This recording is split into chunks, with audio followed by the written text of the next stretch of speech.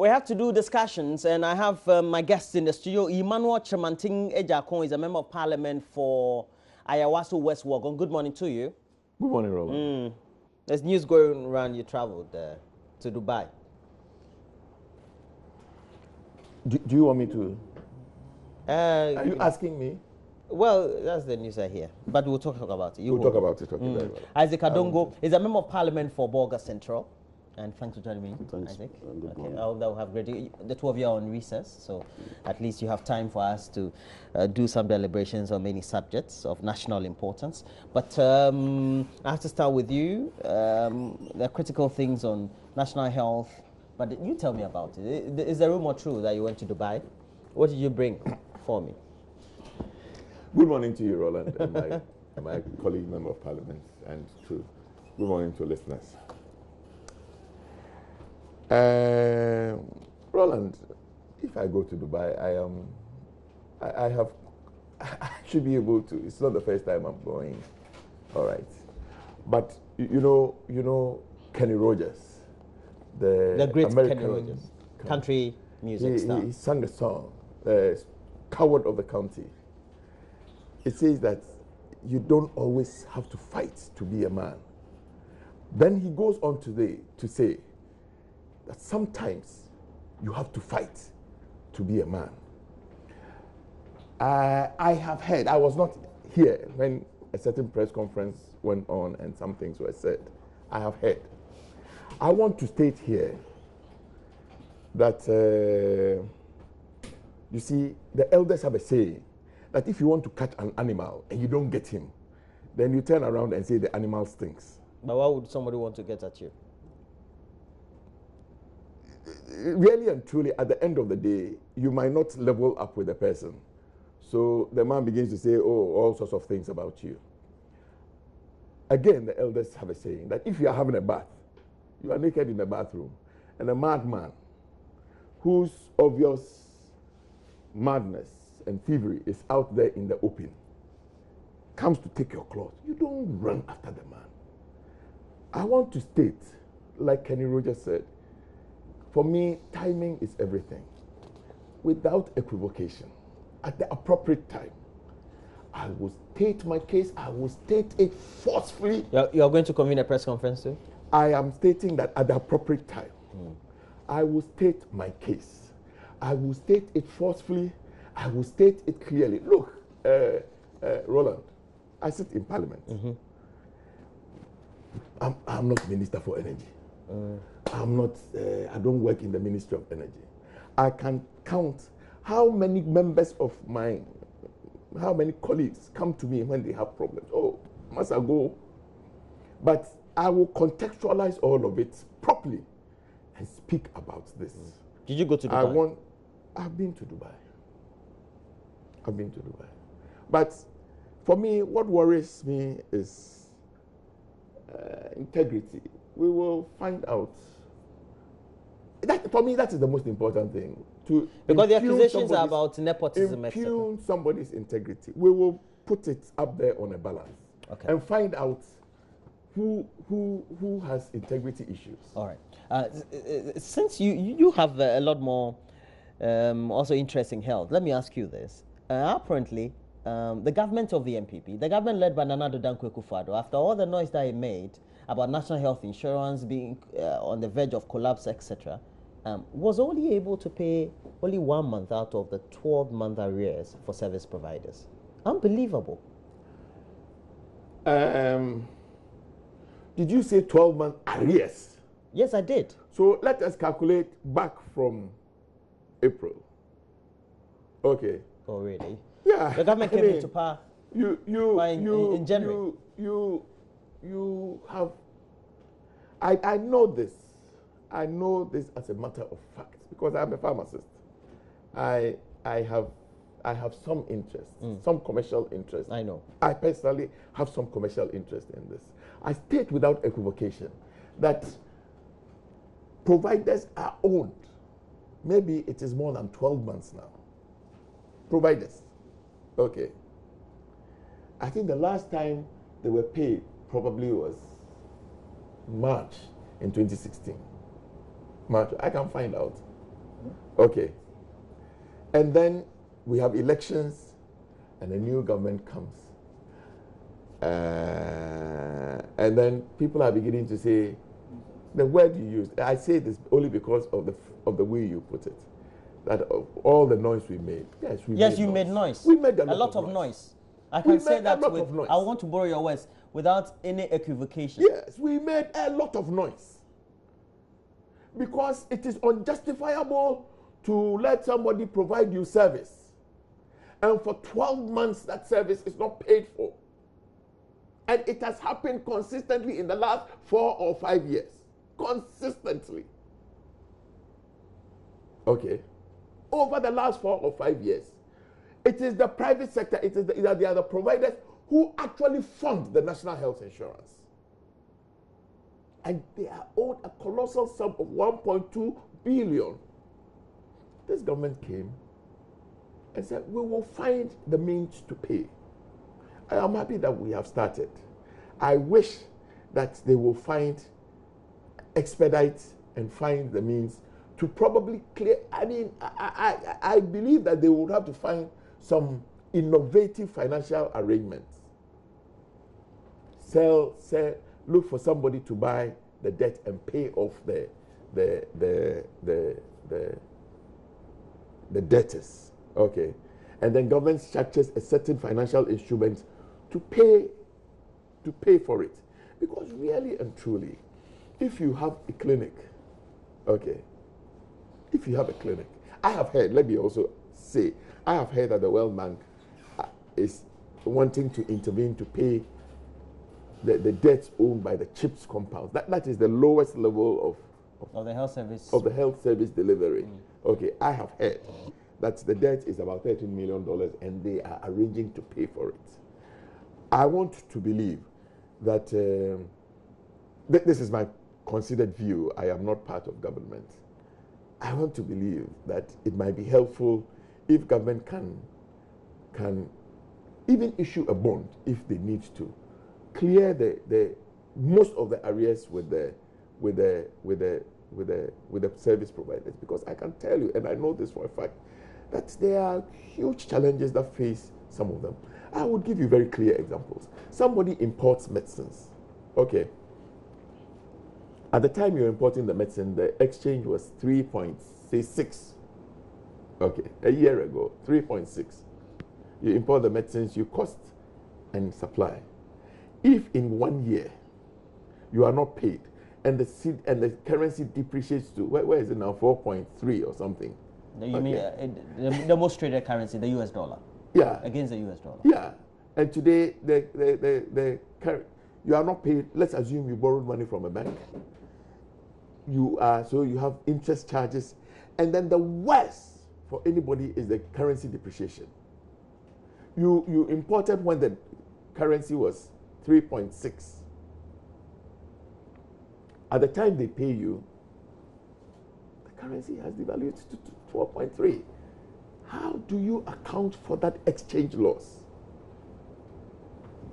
Okay. So the providers are in dire straits, particularly the importers of the medicines. And I know all of them. They are in dire straits. You have a compound effect of probably having to pay interest. Today, thankfully, the interest is coming down. But at a certain point, it was 34%. Then I am saying that there's a double whammy of a currency depreciation. You don't treat business people like this. I hope the Minister of Finance, together with the Minister of Health, would certainly find a way around this. And going forward, not to accumulate. Indeed, the law and its regulations give a lapse of about 3 months. Anything beyond the 3 months becomes problematic. Mr. Adongo, what do you make of this? Quite very, very different posture of government when it was a party in opposition fighting to be in government, and now in government, and the stories seem to be different. I mean, in my opinion, of course. Yeah, good morning to you and your cherished viewers, and particularly to my colleague here. I think this is a major national issue. Okay. To the extent that funding healthcare is very critical to ensuring that the mass of our people live healthy lives. And to that extent, national health insurance is a major social safety net for our people. So anything that affects national health insurance must be seen as a national issue and be dealt with as such. I, sitting on the other side of the political divide, obviously, I wasn't comfortable with some of the comments that were made leading up to the election, particularly in respect of the national health insurance scheme. We, as a government at the time, had undertaken a actuarial study of the national health insurance scheme, and we had come to a firm conclusion that the scheme had expanded so big that we needed to find a funding mechanism that could sustain the scheme. Otherwise, in the next 15 years, we won't have a national health insurance scheme. And that was the reality.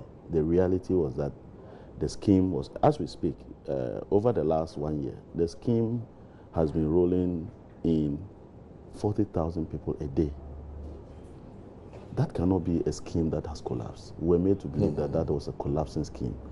And people who, about 40,000 people register every day to access national health insurance. I don't know whether they were registering for purposes of just using the card.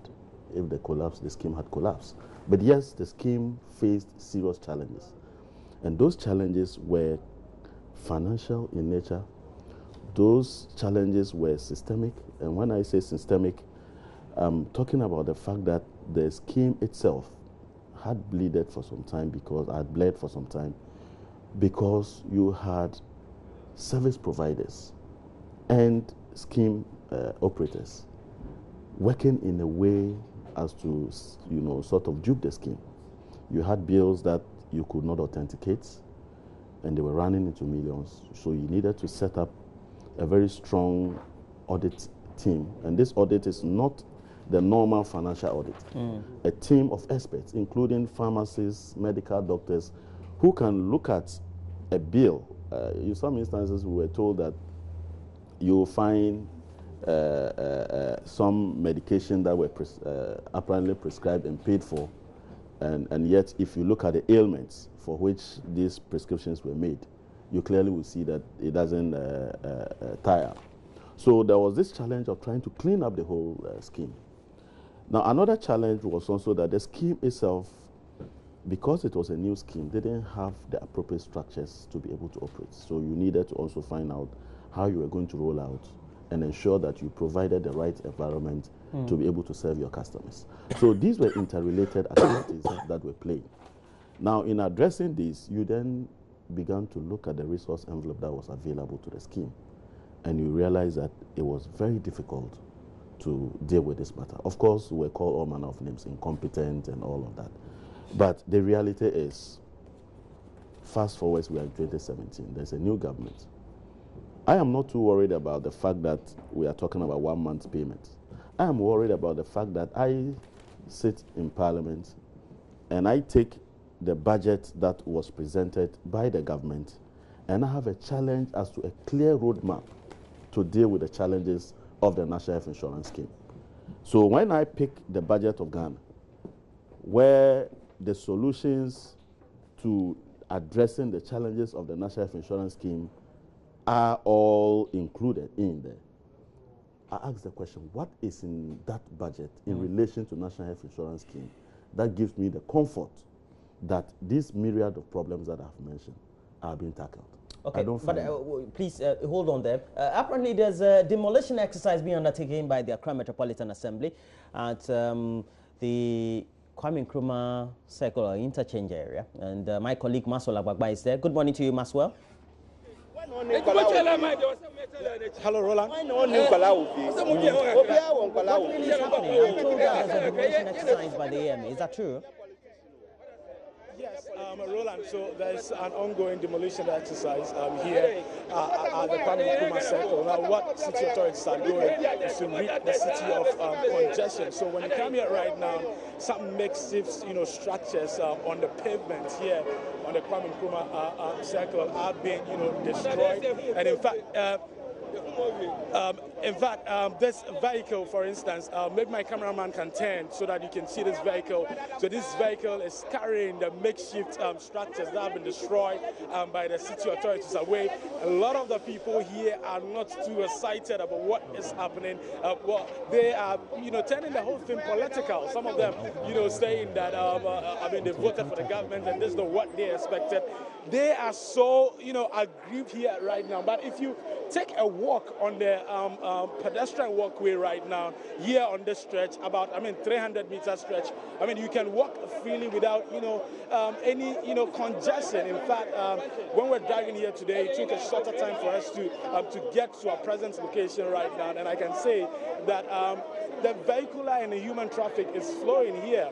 But some of these sellers here are not too excited. In fact, if you can look, my background right now, some of the workers are still destroying the makeshift structures here. But let me get closer to the public relations officer of the Accra Metropolitan Assembly, Numbo Blafo. He has agreed to speak to us. He says this exercise is going to continue and they will replicate it in other parts of the city. Now, let me find out from him. Numbo Blafo, you're welcome to join me. Thank you very much. Yes, tell me about this operation to rid the city of congestion.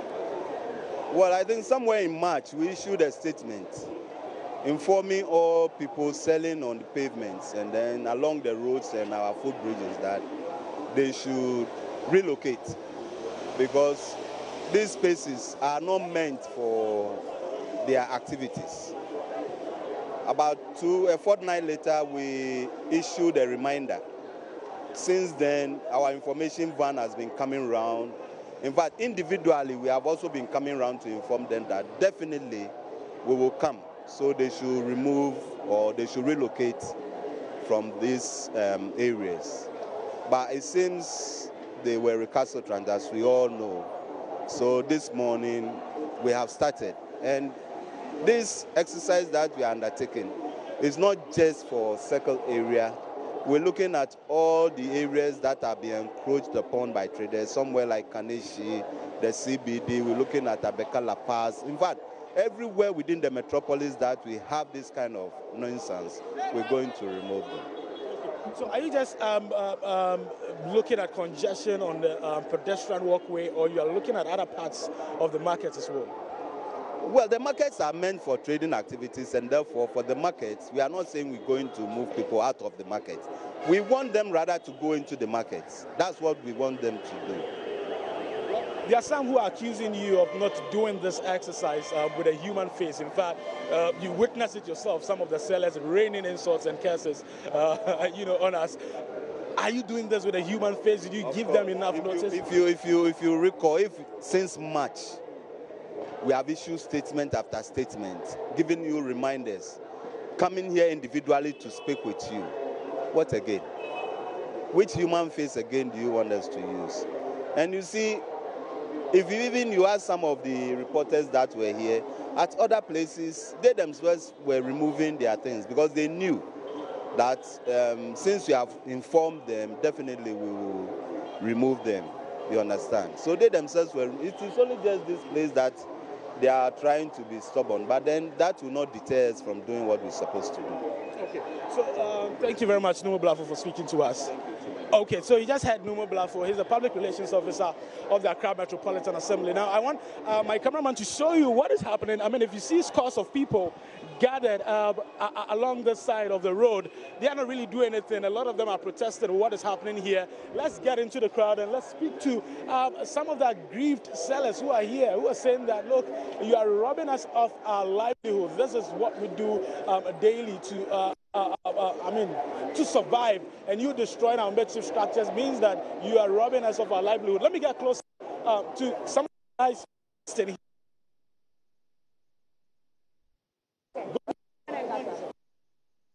here. You and come.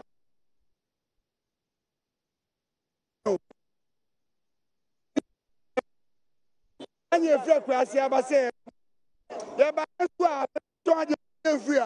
a be on school. I never even up so ye pa no Essentially, what he's saying is that they've been banned, they've been told not to do galamsey, to engage in illegal mining galamsey. Now they moved from the villages to Accra to come and do business here, and now the Accra Metropolitan Assembly is not allowing them to go ahead and do their business. For people who are not, really educated like him, as he says, what does the government want, them to do? And he says, yeah, what do you need to say? Yanyama we play, yanyama yete tuntoaje se table sa yete tuntoaje nyina obi a wo table bia o mabubu no e se ade a obeton kwase ma kwase ntoko nyima de yeton wo so ana aka ye hwe nse mpanifo batena no mama ye kwase be yenko ye chikapra nye ntoaje enu anye ye di survive ye ni bia ye da ko hwe mane ebusua enu anye ton ye de bia ma kwase fo so musu fanidi ye ma me mu ne ebusuafo. Essentially, what he's saying that they expected Accra Metropolitan Assembly to give them some grace period, so they'll be able to move. But it looks the case that they've not really done that, and as it stands right now, they don't have anywhere, to sell. Now, right now, I want to show you scenes of what is happening here. In fact, in your shot right now, you can see one of the AMA officials here destroying the makeshift structures. And usually what happens is that after destroying them, they don't keep them there. They pack them into a truck, and that truck is sending these makeshift structures to a different location. Now let me speak to this gentleman. Mama, obi fu ka fi village so oba. Ya kwakwa krono ne kwakwa David makasa. Tie, obi fu ka fi village so oba, aka no oba. He de koma ye, ekwo de wo hwa kan ho asem. Ewura wo krom. Mo sesa na kakra ye se ye credit no. Anu so mo se bubu no. Ya kwakwa krono. Ya kwakwa krono ana masa. Mesi ya kwakwa krono. So mo se ya kwakwa aba no. Ya to aba o. Ya pasu yenti no na kwato aba. Ya pasu nye na kwato aba. Enti no se ya kwakwa krono dia. Ya se ya kwakwa krono. Ya ba krono mo tie ya. Ya ba be twes kan no.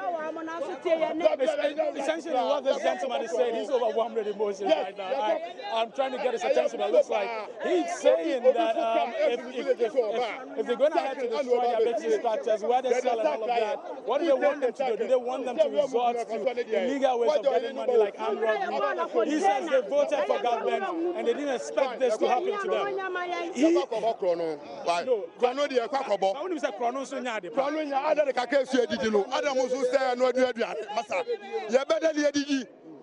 You better near Didi. Some mammy will jump up with me, and I'm a bomb blow and cry.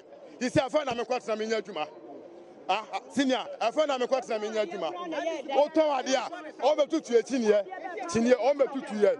You're quite here, Omujo be a 5 city. Senior, you're 2 over 2 years.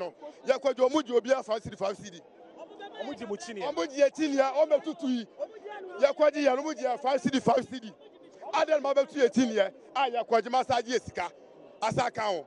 What he's saying is that usually they use umbrellas here and doing their business. He says the AM officials came and then confiscated the umbrellas. They went to their offices to pick them up and they took money from them. And then today, he's describing it as an ambush. He's describing it as an ambush. They came here to come and destroy their structures here. It is not a pretty scene here. In fact, I want to show you shots of what is happening.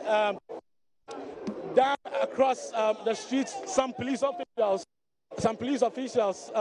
personnel are also there. There's another operation going on there as it stands currently. So we have a lot of AMA, personnel here, a lot of police personnel also here, making sure that there is peace and tranquility even as they carry out, this exercise. I can see some of them burning some of the makeshift structures as it stands right now. So Roland, in our subsequent bulletins, will be bringing you more on the development situation here at the Kwame Nkrumah Circle. Over to you, Roland.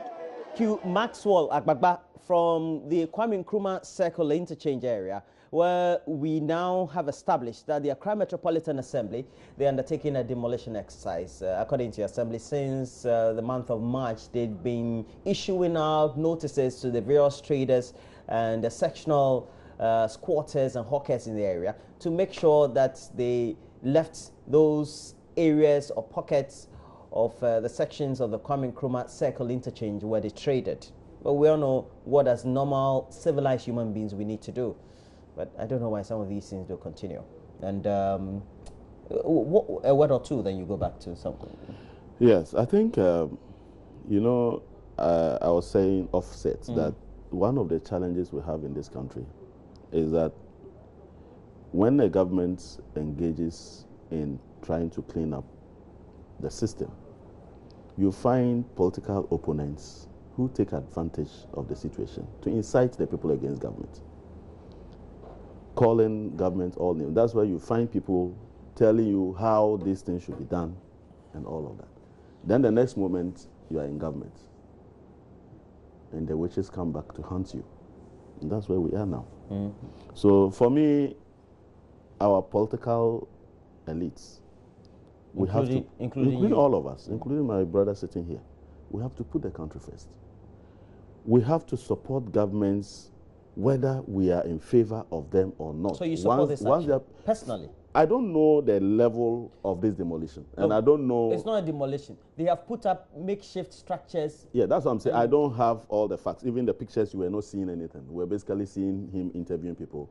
So I'm unable to tell based on the fact I don't have the full facts. But all I'm trying to say is that if we do a very good structured job, we will move this country forward. But when we begin to make political capital out of every necessary exercise of this country, this is what we get. And I don't think that is fair. So go on to the subject that you were talking about. Yeah, and so you're talking about funding and alternatives. Exactly. So I was saying that we were quite clear what the problems are with the National Health Insurance Scheme. And the report of the actuarial study is available. Government can, I believe, before the budget came out, that government would have looked at the challenges that the National Health Insurance Scheme is going through and would have come with preferred solutions, even in the budget. My big brother talks about 1.2 billion in arrears. And you have a National Health Insurance Scheme, even with all the suffering of capping and all of that, is getting about 1.7 billion. So straight away, it means that provisions were not made to settle the arrears. Otherwise, the National Health Insurance Scheme cannot operate on 500 million Ghana cedis a year. If you are to pay off the 1.2 billion and leave only 500 million to run for a year, it won't happen. So clearly, you cannot find a coherent strategy to deal with this matter. So my worry is not that you've paid only 1 month. My worry is, what is the strategy? Overall. Where are we heading? Overall. Exactly. So that we have a roadmap.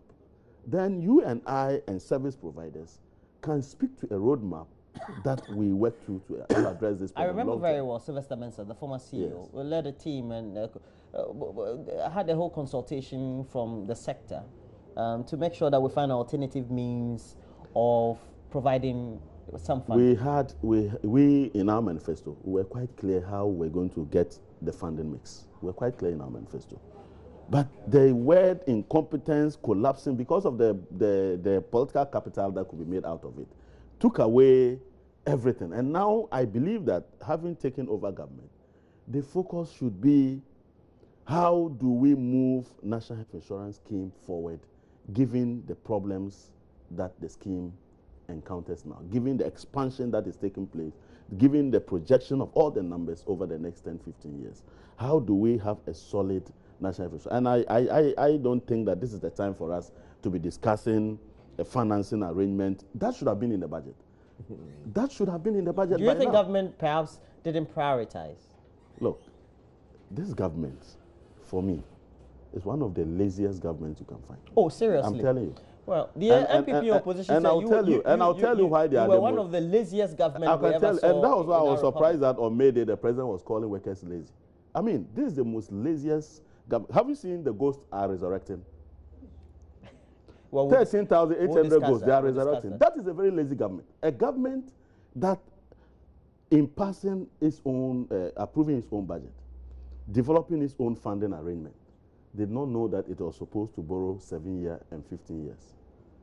Even when, on the 13th of January of this year, the Bank of Ghana issued its calendar. No 7-year bond was there, no 15-year bond was there.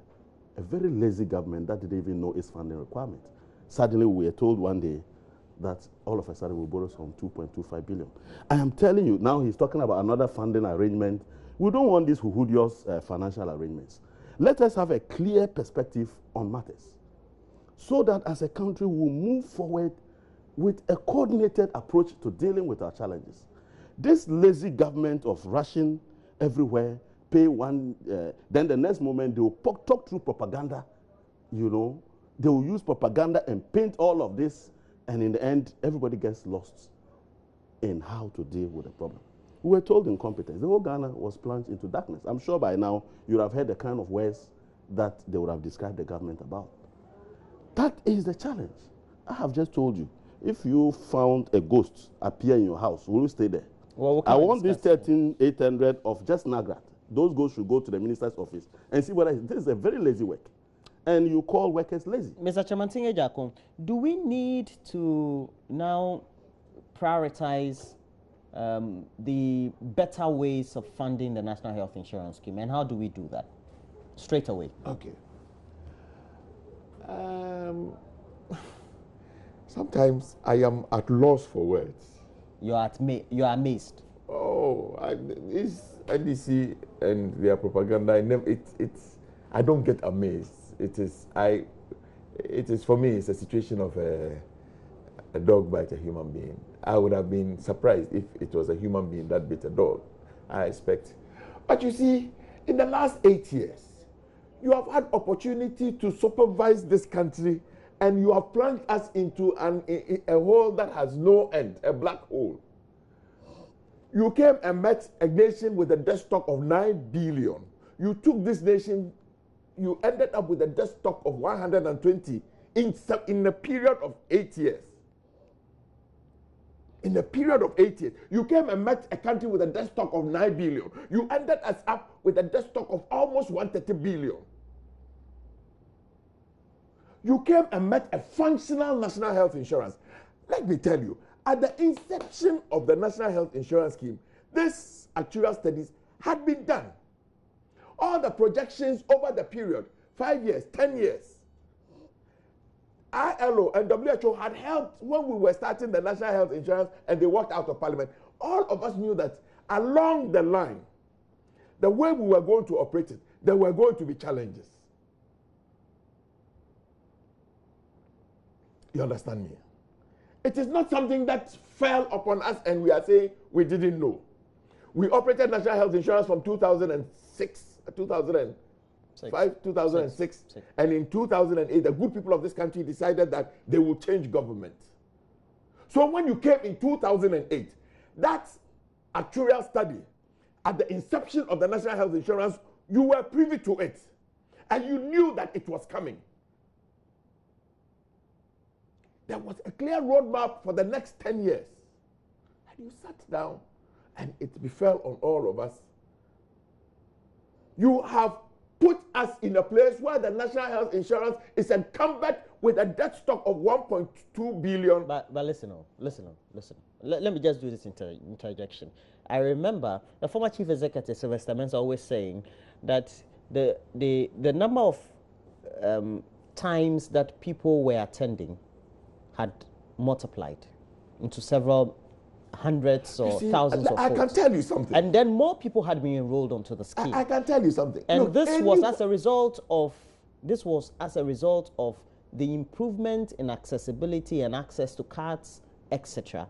And then the schemes in themselves had been done in such a way that they could be centralized in terms of access. And more so, I think when it came in, they did an audit and made sure that some of the service providers that perhaps were over-invoicing would not have the opportunity. It still happened. No, but not the same quantum that it was. Respectfully, Roland. Mm-hmm. You see, I would say, I'm a pharmacist. I used to work in the Ministry of Health. Yeah. Political appointee, albeit. So I also have a little knowledge about these things. As for the rollouts, the expectations, and all of this, they are not new. It's not rocket science. No, everybody knew that there was going to be an exponential growth. Everybody knew as the exponential growth takes place, there was going to be a challenge with financing. Okay. Today, they have even moved on. They are beginning to talk about universal health coverage and all of those things. In the last spring meeting, it featured very prominently in one of the side meetings. Okay. So everybody is always finding a new way, a better way of doing this. I hear things about their clinical audits and the National Health Scheme Service, NHIS, in the UK started in 1948. Up to date, they are still grappling with fraudulent practices. Up to date, in a technologically savvy country where they do real-time invoicing and all of this. These are things that happen everywhere. And they must not be the only ones that are accounting for the challenges we have. I am saying that in this particular case, there was a clear indication that we were going to get challenges. My considered view was that we did not take any steps to remedy those challenges until those challenges befell us. After all, I will admit, then they set up the Chris Atim committee and did some work, and did some very useful work. Okay. Going forward, we will have to depend. There's a new government, 3 months, 4 months now. That's the excuse. No. Then what is it? I am saying that we will need to put all of this together. Chris Atim's report is I don't know whether it was even presented. The final report has come. It has, huh? I'm not too sure. But somebody must take it and decide that this is the way we will go, this is the way we will go. You are delaying. Oh, I don't think so. You have to hit the ground running. I don't think so. Ghanaians have no patience. I think that we'll need to do very good work with it. Look, there are major reforms we need to do. And the Chris Atim committee alludes to it. My view, what I'm saying is that probably the Chris Atim report, the Chris Atim committee came 2 or 3 years too late. Be that as it may, it has come. They have a report. I think that the report is a very good one. We need to take it up and reconstruct and reconfigure. You know, my colleague is talking about he didn't see borrowing in the 2.25. What was the borrowing? Restructuring. Well, you're saying that whatever it is, it should be itemized in such a way that it's clear. I don't. For the public. In the budget that comes every year, they call it net domestic financing. It never comes up in the budget. It is implied. When you have a gap, it is always there. Has government ever come? Have you heard? Government has ever come to say that they were going to raise a bond in Parliament in the last 7, 8 years? I think never. But it is implied that there is a financing gap in the budget. Government must find a way. Yeah. What we did last time, I hear it is somebody is taken to court. As for me, I want these things to happen. I think it will extend the frontiers of our democracy. It is okay. But you borrow money at 30, you take treasury bills at 28%, and somebody comes back and decides that no, I will rather increase the tenure and the rate will be lower, so that I will create fiscal space. You are crying. I can't for my life understand this. You can't think far. I can't for my life understand this. It's okay. But at the end of the day, where do we get the other funding sources from? Because now it's become imperative that we need to do some of these things. 2 minutes on this, and then we'll move on to the next. Yeah, but I think there are quite a lot of... oh, really? Yeah, a lot of issues that we need to address. You see, in the budget, government indicated that it will be borrowing 14 billion Ghana cedis from the domestic market. That is not what I'm talking about. When the government wants to borrow, it has its funding requirement, loans that you are going to refinance and all of that. There is a program that we know for a year, what are you going to borrow and for what purpose. In March, just read this report. This is a report, and I'm bringing this because I remember only recently when I was in my constituency, Honorable Afenyo Marcus came here and misled everybody. This is Business and Financial Times report. Oh, you were watching? Yes. Business and Financial Times. And it indicates for the quarter that just ended, the government was going to borrow 17.4 billion. Part of it will be used to roll over about 15 billion and an additional 2 billion to finance the budget. That's new loans. It gives clearly what the composition is. Look in there. You will find no 7-year, you will find no 15-year bonds. Granted. So this is the issuance calendar. Go to Bank of Ghana. And this one is synchronized with the Bank of Ghana. Yeah, go to Bank of. The only thing he has done here, because in the Bank of Ghana's calendar, 7 years is nil, 15 years are nil. So he just deleted them from it in reporting. But when you go to Bank of Ghana website, you will see that 15 years is not there, 7 years is not there, and they borrowed that Hunhudios 2.5 in 4 hours. Look, I am just telling you that at the moment, as a government, you have to solve problems. Okay, you are supposed to tell us 2017, what do we expect in terms of your program to deal with national health insurance? That is what we want to hear. You've paid 1 month, 11 months are left. What is your program? Should we wait for whims and caprices anytime you feel like you give from 1 month? People want to have clarity. People want to have perspective. People want to have some certainty. But you do agree the government just came into office. The government just came into office, but it has planned for a whole year. In that whole year, where does this fit in? Very well. So then we know you have a solution. Now the alternative sources of funding, because I know that it's something. Well, we are incompetent. So why am I supposed to be telling a competent, lazy government what to do? They know what to do. They should be telling us now. This is their program for national health insurance. You get the point? We don't have that. Look, a funding gap of 1.2 billion. You go and budget and cap national health insurance. If you had allowed the original funding arrangement, we should be getting close to 2.5 billion this year for national health insurance. You've capped it to 1.7 billion. Yeah. Okay. You already denied them. You're already denying them 800 million. You know what 800 million will do to this arrears? Already, we have the last quarter of the year of 2016 consolidated fund. How did they do the distribution based on the formula that they could only pay 1 month? We still have the last quarter, first quarter of 2017. What has happened to that money that they are paid only 1 month? So at least you have 2 quarters of 6 months of funding available. What have you done with it? We don't know. This government is struggling. You see, and he's talking about their reprofiling. I can assure you, let them tell us the 2.25 billion, where did the money go? If it is for reprofiling of debt, it will go into the sinking fund. Because that is the only place government cannot touch, but you use it to pay loans.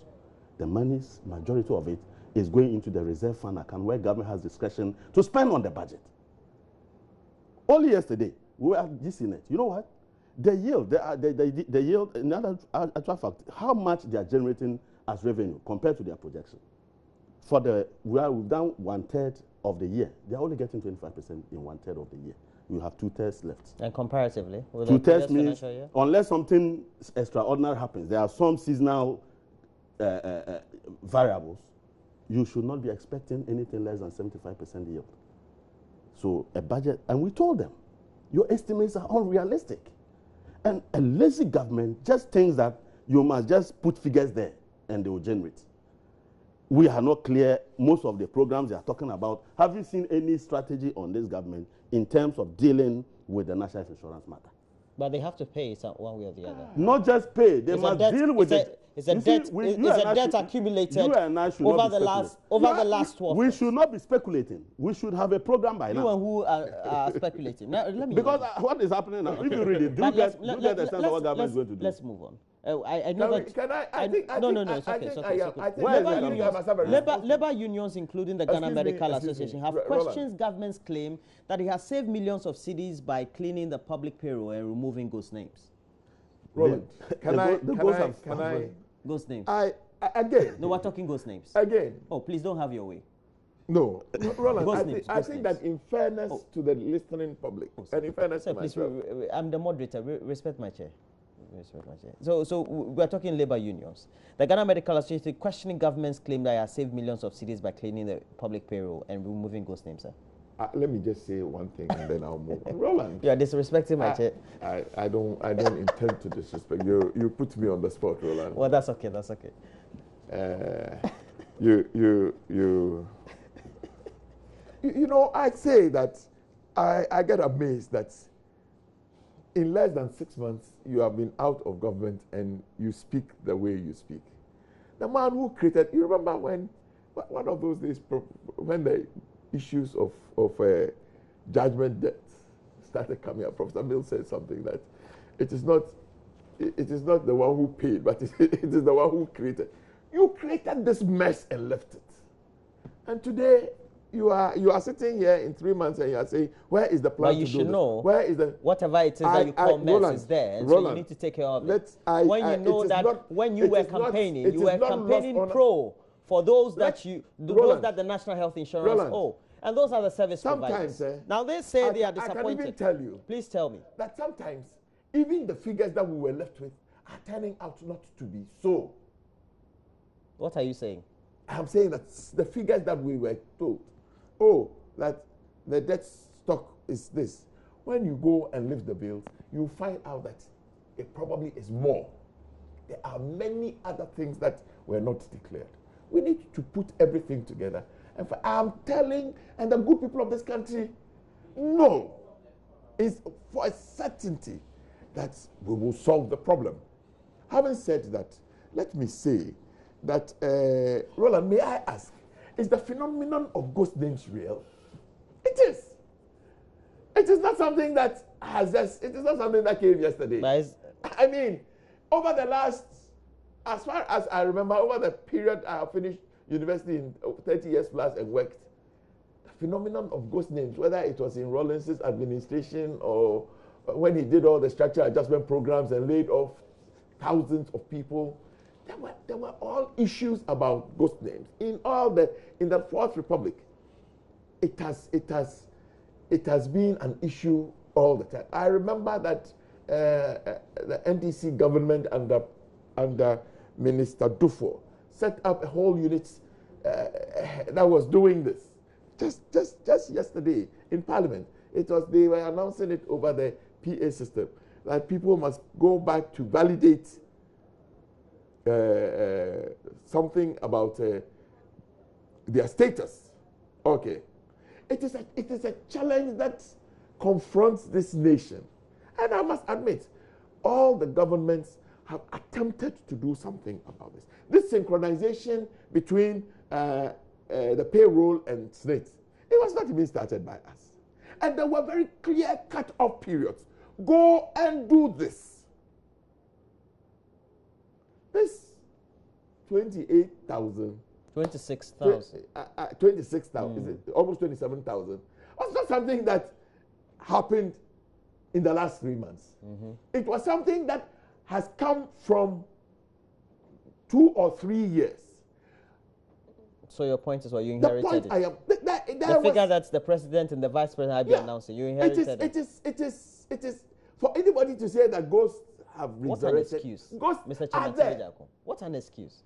What Why would the president be misled to be saying that we have ghost names in excess of some 26,000? Is that not what was presented? To who? To the president. This is what I was saying. Just a moment ago, I was saying that there are all sorts of figures they are bandying around. Okay.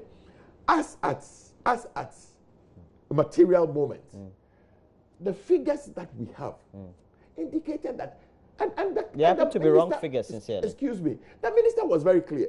He says that it is not that we are saying they are not there, but the condition is that you must synchronize. There must be a synchronization between you being on the payroll and you being on SNIT. There was a disconnect of this figure. Okay. Then he went on to say that if you go out there and find out that it is there on the 15th. Aren't you struggling to explain this? I'm not struggling to explain. Because following this announcement by the vice president first, marking 100 days of the Akufo-Addo-led government on the platform put together by Joy News, the president went to address workers and categorically stated that out of this number, it's resulted in government saving in excess of some 440 million Ghana cedis. Yes. That is the figure as it is then. Well, the president should have verified, shouldn't he? Who gave him the figures? Did you think that he... Well, those who gave him the figures should have made sure that he verified. Oh, I am sure those were the verified figures. Really? That maybe It turned out not to be true. If you want... Have you spoken to the president of the National Association of Graduate Teachers? I have heard him speak. Okay. And then, do you think that he's lying? I don't think that he's lying. Okay. So it means that the president's figures are not true. What we must begin to is to begin to question the platform on which they are doing this, the software that is doing this. All the teachers. And yesterday, one of my constituents who is an EMT, emergency medical technician with the Ministry of Health, the ambulance service, called me to say, "Sir, I did this about a year ago. How come they are saying it is not? So is it a technological problem? Did somebody procure a software that is not doing well?" For me, these are issues we must begin to talk about. I don't think that somebody just out of his head. The reality that the teacher is saying that there are 13, that is what the teachers are saying, that there are over 13,000 teachers who really and truly have done. Okay. But they cannot be traced. So what we must begin to ask is, where did this software come from? Who procured this software? Hold your fire. How come you cannot synchronize? That was the essence, to be able to link the SNIT's data with this one. How come it is not doing it? Mr. Adongo, sounds interesting. What do you think? Because yesterday I interviewed a medical doctor who is a surgeon, and he works, I think, full day, even 14 hours in the theater. Will not have time to go recheck his name after doing the initial validation, and now hasn't gotten his salary. And a couple of his staff around who work around him also don't have their salaries. I'm very surprised. I've said this is a very lazy government. And mark my word. Oh, please. I'm going to tell you It's why. okay. Oh, please. I'm going to tell you why. Oh, please. No, you can't say. I'm going to tell you why. Mr. Adongo, don't do the politics. It doesn't help it. anyone. I'm going to tell you something. I'm going to tell you something. And you would agree with me that it's a lazy government. You see, now he's saying it came from the past. Well, true. When the minister was It saying, was started, when the president was saying, he was taking credit for his government having saved Ghana 443 million from ghost names. In fact, one of the reporters even indicated under the able leadership of Honorable Ken Oforiatta. That was the report. Today, they are now telling us that it is something that started in NDC. So even if there was any savings, way before this, even if there was any saving, now that there's a problem, we now know that NDC has a hand in it. But you see, way before this, when a president, and I'm going to give you two simple examples. When a president appeared before Parliament to deliver his State of the Nation's address, and I want you to check this, the president quoted that Ghana's what do you call projected expenditure for 2016 was 46 billion. The truth is, it's 43 billion. The president didn't have time to check and cross-check and double-check and came to a house of records and told us this, and it is in print. Well, the president shouldn't be doing that. Shouldn't be doing that. No, but the president should be sure of what he's saying, because the buck stops with him. Whoever it is that did it, that's laziness, because it's just a matter of picking the revised budget. Okay, just pick the revised budget document and you'll find a figure. That's laziness, and yet we were told by the president. Now, again, we have been told that somebody gave the president figures. It turns out, not even after 1 week. How many days since May Day? Today is 4th, right? 3 days. The ghosts are resurrecting. 13,800 ghosts from only one group have resurrected. So the 443, let's take the 13,800 out. How much is left for the savings? Not. Their ghosts are also resurrecting. So at the end of the day, how many ghosts did Honorable Ken Oforiatta really get? And what did he report to the president for the president to come and tell us? That is serious lazy work. You should know that this is a process. You can say that up to date, 26,000 people's, what do you call it, verification process is still in process. Are you getting the point? And we expect to close the process by a certain date. If these people don't come out, 443 million will be taken off payroll. It is not savings. Because, look, the other service staff didn't go through this process. Are they ghosts? The staff of the Ghana Revenue Authority didn't go through this exercise. Are they ghosts? Controller and Accountant General staff were not going through this exercise. Are they ghosts? So clearly, somebody is sleeping on the job. Right in the ministries. And you call others lazy. I'm saying this is a lazy government. You see, only recently, they commissioned a power bridge project. The bridge power. Yeah, the bridge power project. And what were we told? The president was taking the credit. I'm sure if something happened today, those, oh, it was NDC that started because it even went to Parliament in August 2016, you know, and an agreement was signed in October 2016. So we only came to implement it. What type of government is this? In a hurry to take credit for everything you came to meet. But when you face the difficulties, you look back to when it started. You can't work like that. Yes, government is a continuum, but you must be bold enough to tell the people what the realities are. And I'm saying that this issue about ghost names, it is important that we clean the payroll of ghost names. But in doing so, we mustn't be in a hurry to deny people their salary. A lot of people have not been paid. Even those that are not ghosts, they are not being paid. And we are on the 4th of May. People who are not ghosts. Okay, let's even grant that you are not paying the ghosts. What about those who are not ghosts and they are working? Why are you not paying them? It's a bigger problem. That's why I was telling you they are borrowing money to finance the budget and pretending they are reprofiling our debt. Look, this issue of ghost names, that the president was misled to tell the whole world that we have saved 443 million Ghana cedis. Only 2 days later to realize that we have indeed not saved anything. We have rather denied people their income. We have rather put people through a lot of pain. Workers attended May Day in hunger, and I saw a placard. Somebody said, do I look like a ghost? There. And you are here trying to justify some software and all. Who spoke about software when you were taking credit for the 26,000 ghosts that you have saved, the 443 million? Who spoke about ghosts, software? Today, when the chicken have come home to roast, now you are talking about software. Where did this software matter just suddenly appear? But when it doesn't, at what point happen, did this issue of, when people are not telling you that their workers have been denied salary, you are talking of... Wait, I'll listen to you. You are not talking about some software.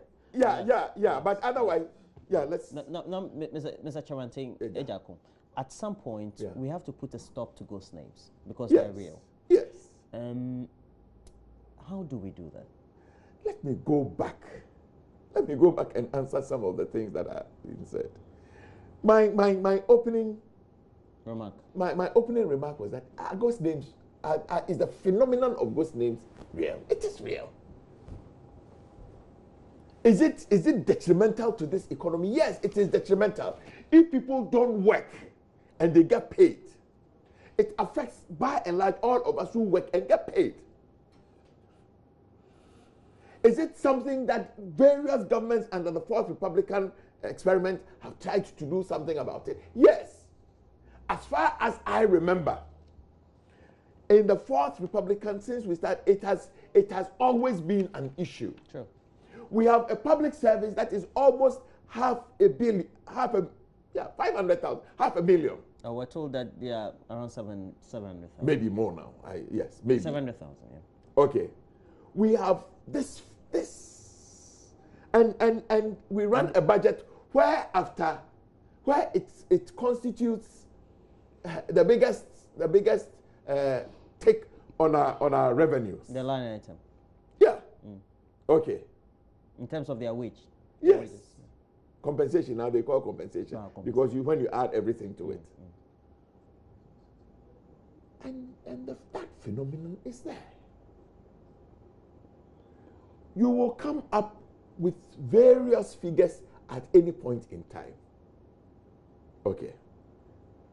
At a certain point in time, I am saying that we have started a process of trying to do this, and as far as I remember, this is not something that is new. This is something that goes back 3 or 4 years. I am speaking of a big launch that I heard Minister Dufour did, all in an attempt to cut out this canker in our polity. at this material moment, we are told that there are almost 27,000, I don't know, it's 26,589,000 people who have not reconciled. Roland, let me ask, were specific dates not given for this exercise to terminate? Specific dates were given. Yes. When the minister mentioned it, the first thing I heard the Nigeria president say is that, oh, he begs him, he should extend it a little. The minister's position was that no, that the extension is past. Anybody who is not there, if you can verify, we will come back to pay you by the 15th. But then you give information to the president Then saying that, then the windfall is 443. Yes, that's but that is what is there now. That's disingenuous. I don't think it is disingenuous. I don't think it's. I don't see what this noise is about. I state So that the phenomenon we have of about Muslims. 13,800 members of NAGRA. I am happy. Not I am happy for them. I am happy for them to public go back. sector of the Republic of Ghana. I am happy for them. By all indications, apparently, should not be captured on that 26,000 and excess list. They are what? 13,800 Yes. people who work in the public sector. Yes.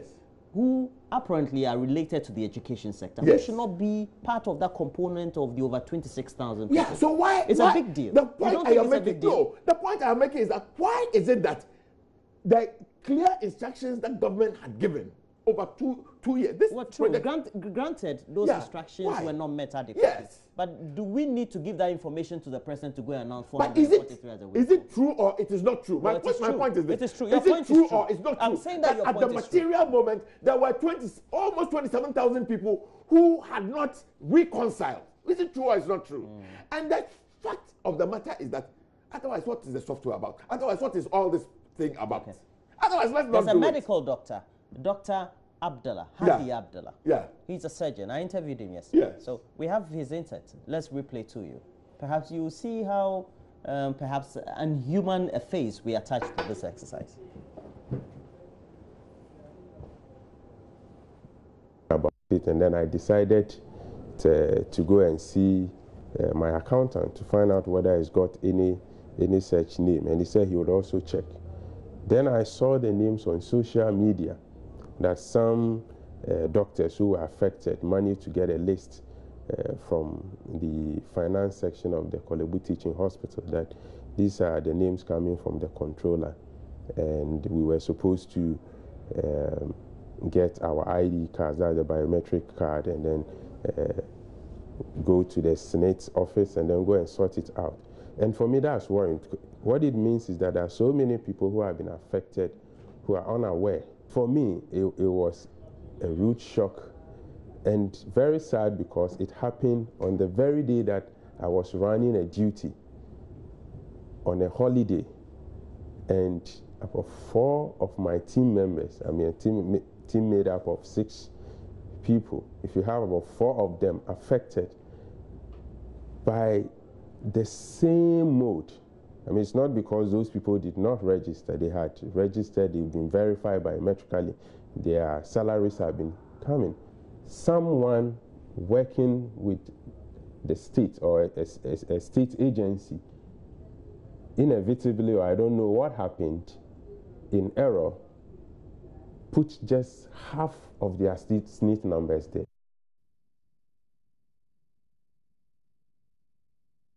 So who would the president be holding responsible? I'm listening. Did you hear him? Yeah, I heard him. He was in the studio. Did you hear him? First. I'm saying that, so who should we be first holding and responsible? First and foremost, I really and truly sympathize with the doctor. You actually empathize with him. Yeah, but the fact is that this is not a secret.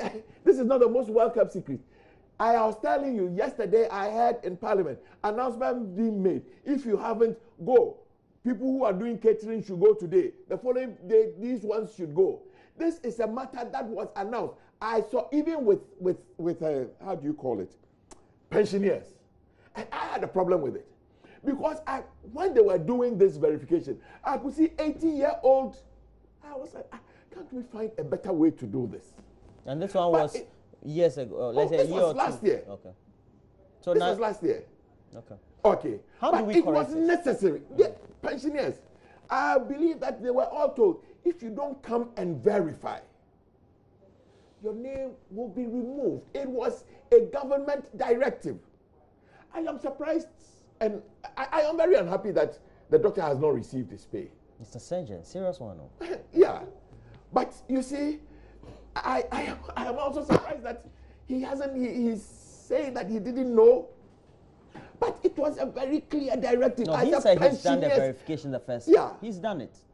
But then he said he didn't know apparently that he was affected. Yeah, because he hardly gets out of his theater. This is why I say. And then I came up with the issue about software, and now they are saying, why am I? Is it, well, that's true. So if something happens, is it not a software problem? Yeah. Is it not a software problem? So now the president has been misled. You want me to answer? Don't make a politics out of it. I think that's what Alancha... what is politics? What is politics about wanting to take credit and it backfires on your face? What has backfired? Oh. The president comes to tell you that the minister from day one said that anybody who... This man will let me talk. I am saying that. That's how he is. So you see, at the end of the day, you have a president.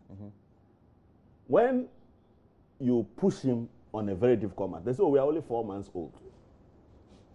We are only 4 months old. But 4 months old, they had the magic wand in 4 months to save us 443 million. Maybe in just 4 months. Now, it turns out that what they describe as ghosts are indeed workers who have not been paid. We are not saying that if there's a ghost name, don't remove it. By all means, remove it. But don't remove ghosts when they don't exist. Human beings, don't remove them as ghosts. You're thinking so the 26,000 is way my issue is going forward. The president should be careful with the way he rushes to take credit for things. Because some of these things are coming back to hurt him badly. Okay? You look like you're empathizing with the president. Because it's he is having a group of people who are working around him and they are sleeping on the job. Come on. How can you announce this? How can you announce, even before you come to this conclusion, the easiest group of people you can relate with are the unions. Look, we have this number of people from your institution who we believe have not finished this. Can you confirm for us? Nat, we have this. Just take some bit of time. Are you getting them? And let them confirm to you. You are in a hurry to go to the market. It's not a hurry. And at the end of... You see, one pastor told the president recently that he's in a hurry to commit suicide. To make mistakes. That's what he's doing. Oh, it is embarrassing for a president. It is very embarrassing for a president. That pastor said that Akufo-Addo will never be president. It is very embarrassing. That pastor said Akufo-Addo will never be president. That pastor. It is very embarrassing for a president to put us in this situation. That pastor said Akufo-Addo will never be president. One too many. Those blunders in 4 months are becoming one too many. That's okay. The president must check that. Mr. Adonko, you're making Did you experience the power cut yesterday? Yes. In fact, I normally wear a smoke on Friday. But I had to wear it today because otherwise you would have driven me out of this place. I would have looked differently. Oh, please. I wouldn't have been able to. Please, I couldn't have ironed my clothing. But that's the reality. I couldn't have ironed my clothing. But this one, easy wear and go, wash and wear. That's why I'm here. I'm sure he had laundry services. Or maybe he was able to iron. But I couldn't. And I hear this doom is too much. But they inherited the doom, so you know that. And you see, we are incompetent. But they inherited it. From incompetent. How many years did you experience doom so in this country? I don't know. Okay. All right. And yesterday, 70% were told of the country apparently was plunged into darkness, including my community. And so the CEO of Grid Co-Engineer, William Mamuna, told us they were going to ascertain the cause of the outage after spending the nights, entire nights, trying to fidget with their control room gadgets to see whether they can ascertain where the faults were coming from. I was in my constituency for 2 weeks. For each day that it rained, in fact, even if it threatened, where lights were off. Why are you saying that was an excuse to I don't know. Because suddenly our lights, when the clouds start forming, they have to go off. And in Bolga, that's what happened. Somebody said in Kintampo, he hadn't seen light off for almost 3 years. Yesterday they saw it. That's what somebody said. I don't live in Kintampo, some portion of Kintampo. But the truth is that coming from home That was what was happening. Any day it threatened to rain, Akufo-Addo took his lies and left us. Yesterday, 70% of the country. Of course, yesterday there was rain and all of that. There might be, I don't think this particular situation, I believe there's a fault somewhere. You think this one was a peculiar one? I want to believe, because it's not possible to plunge the whole country into darkness. Because if you go on social media, it appears every part of Ghana was affected. So let's wait for GRIDCO to come out with their findings. But you see, as a country, we have to stay away from this issue of pretending that some group of people were put into one classroom and were taught by one lecturer and one professor. Who taught them badly? And I taught them so well that when he finished, he was killed and buried so that he won't pass on. And then the other group? Then the other group were taught by a bad lecturer. So a bad lecturer, and he didn't have the opportunity to teach anybody on the other side, so he was also killed and buried. When you have that, then you have a problem when you are managing the economy. Then we don't tend to appreciate the issues. Exactly, because you see, the issues are not about competence. But he's been going on for 5 minutes. But you have been interrupting me. So, okay, that's okay. So give me. I am not an engineer, and I don't pretend to be one. Certainly not. You're a pharmacist. Yes, and I'm a very proud one at that. An entrepreneurial pharmacist. I think that when you talk about this, there are issues about generation, there are issues about transmission, and there are issues about distribution. Certainly. I am happy to state that what happened yesterday was not because of a problem with generation of power. It was certainly a problem with the transmission of power that came to distribution. You have that for a fact. I have that for a fact. We have lived in this country, and for 4 years, there were generational issues, problems with generation of power.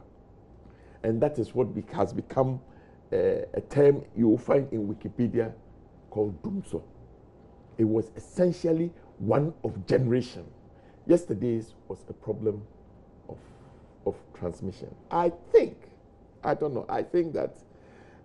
beyond generation, there are issues with GRIDCO. There are issues about the balance within the grid. Okay.